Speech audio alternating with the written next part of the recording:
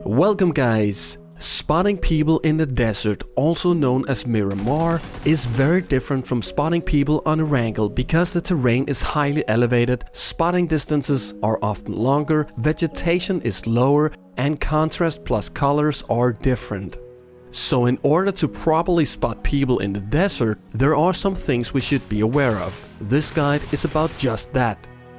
To assist me, I have my Tobii Eye Tracker 4C, a product which allows me to show you directly where I'm looking, visualized by this white circle on the screen.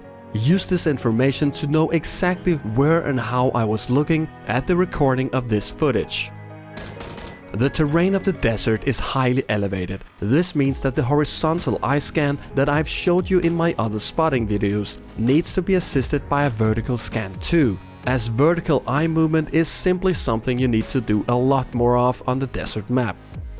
This elevation of terrain also means that it's much more difficult to spot ahead of you when moving around at foot, and therefore your main priority should always be to spot for people within the nearest 50 meters of your position, as that will pretty much always be your biggest threat. You do also need to spot further ahead though, but in order to safely do so, you need to find yourself a good position to hold when you do the check around you.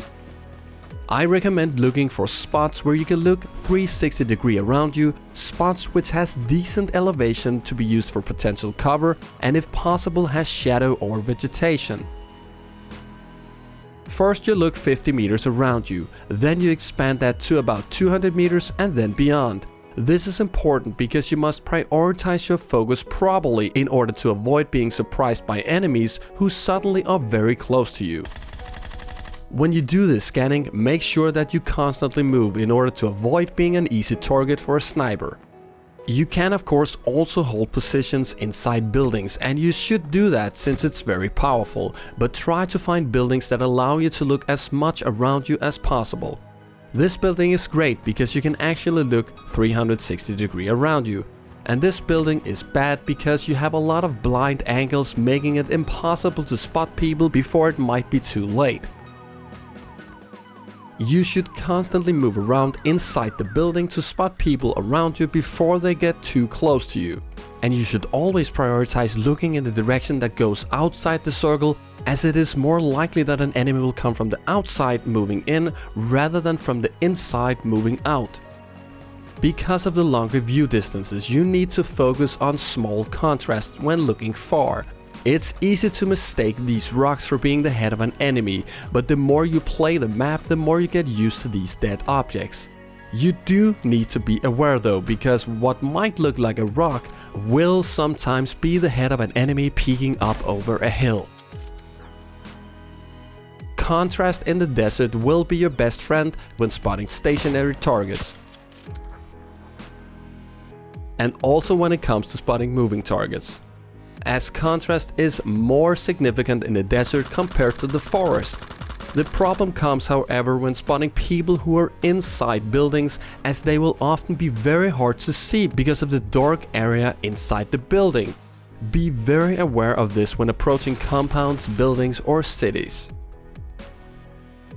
The vegetation is much lower, but that will not stop your enemy from snaking down into a bush or similar.